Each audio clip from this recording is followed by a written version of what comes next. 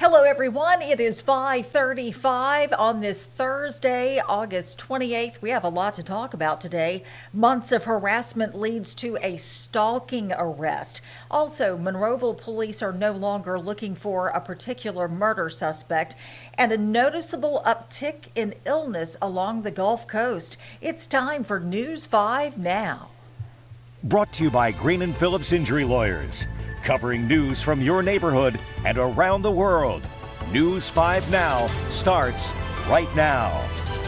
Hello, everyone. I'm Roseanne Haven and very happy to be with you on this Thursday evening for News 5 Now. We have a lot to talk about. Let's go ahead and begin our countdown of the big stories of the day. Number 5. Alabama lawmakers have pre-filed a bill that would expand the death penalty to anyone convicted of sexually abusing children. They're calling it the Child Predator Death Penalty Act. If approved, prosecutors would be able to ask for the death penalty for people convicted of raping or sodomizing children younger than 12. Right now, the death penalty is only applicable in cases involving the loss of life, like murder. Number 4, if you've been feeling like everyone around you is sick, you're not imagining it. A lot of folks are. Doctors are seeing a noticeable spike in sickness in just the last 30 days. The Mobile County Health Department says they typically see an increase in respiratory diseases every year in August. You know, it happens after kids return to school from summer vacation. To prevent you from getting sick, the number one tip, they say, wash your hands, wash your hands, wash your hands. Now, moving on to our next story. Number 3, Mobile police are investigating a deadly motorcycle crash. This happened this afternoon. It happened on Halls Mill Road near Azalea. We don't know the name of the person who died in this crash, and at last word, police were trying to figure out what caused that. Moving on to number 2, a man wanted for murder in Monroeville under lock and key tonight. Police say Kyle Salter turned himself in this morning. His family took him to the department headquarters. Investigators believe he's the person who shot and killed a teenager on George H. Preyer Road 2 weeks ago. And number 1, 58-year-old Clayt Clark, this man is in the Baldwin County Jail. He admitted to sending lewd and threatening messages over social media and text messages to Christina Warner McInnes.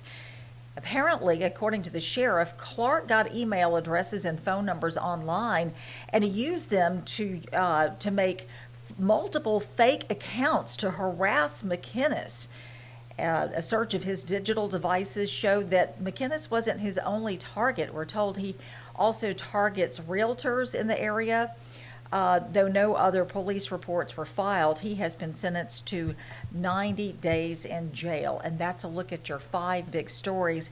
Now we're going to go ahead and look at our question of the day and share some of your answers.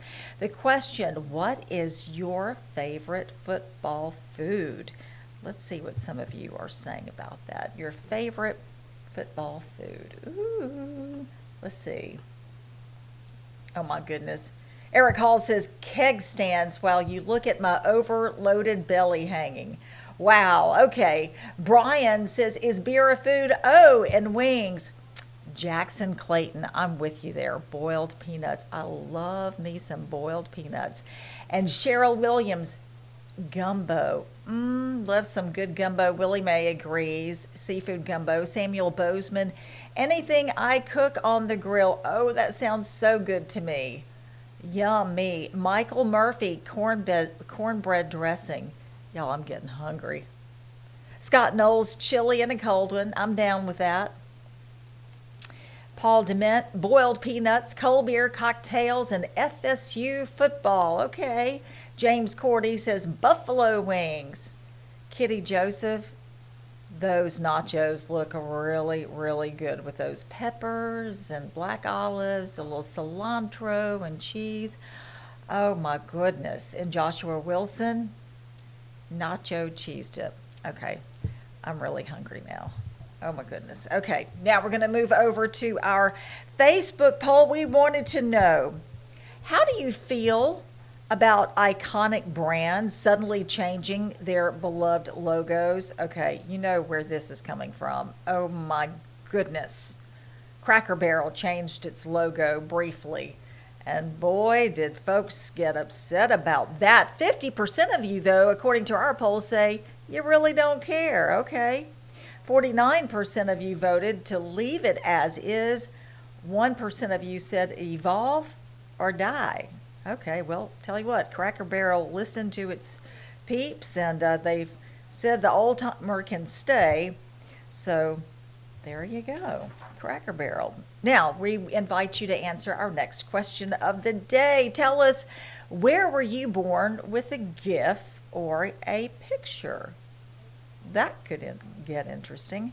Also, we want you to vote in our next Facebook poll where we ask you, do you agree with the school cell phone ban in Alabama?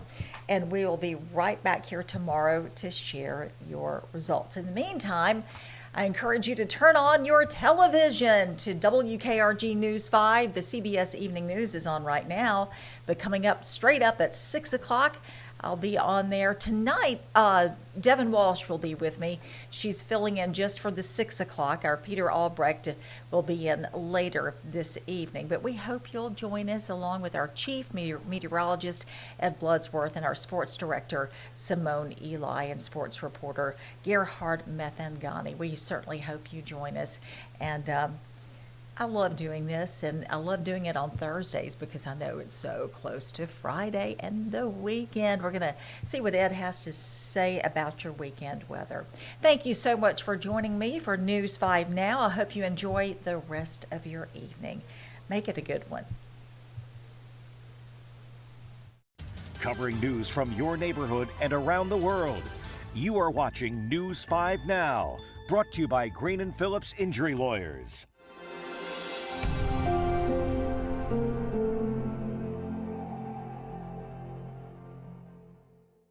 In the courtroom, the judge knows best, and this judge does too.